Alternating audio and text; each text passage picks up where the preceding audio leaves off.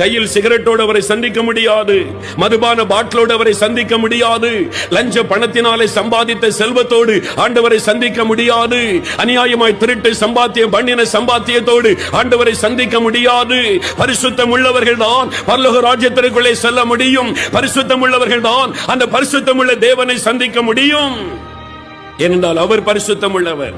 உங்களை அழைத்தவர் பரிசுத்தராய் இருக்கிறதை போல நீங்களும் உங்கள் நடக்கைகள் எல்லாவற்றிலும் பரிசுத்தராய் இருங்கள் என்று வேதம் சொல்லுகிறது. நடக்கைகள் எல்லாவற்றிலும் பரிசுத்தம். இயேசுவுடைய வாழ்க்கையை பாருங்கள். அவருடைய கண்ணின் பார்வையிலே பரிசுத்தம், அவருடைய சிந்தனையிலே பரிசுத்தம், அவருடைய அந்தரங்க வாழ்க்கையிலே பரிசுத்தம், சமுதாய வாழ்க்கையிலே பரிசுத்தம், அதே விதமாக நம்முடைய வாழ்க்கையிலே பரிசுத்தம். ஆவி ஆத்மா சரீரத்திலே பரிசுத்தம், உடைய வேலையிலே பரிசுத்தம், உடைய குடும்பத்திலே பரிசுத்தம், உடைய வியாபாரத்திலே பரிசுத்தம், உடைய ஊழியத்திலே பரிசுத்தம், முழு பரிசுத்தம். பரிசுத்தம் இல்லாத எவனும் தேவனை தரிசிப்பது இல்லை.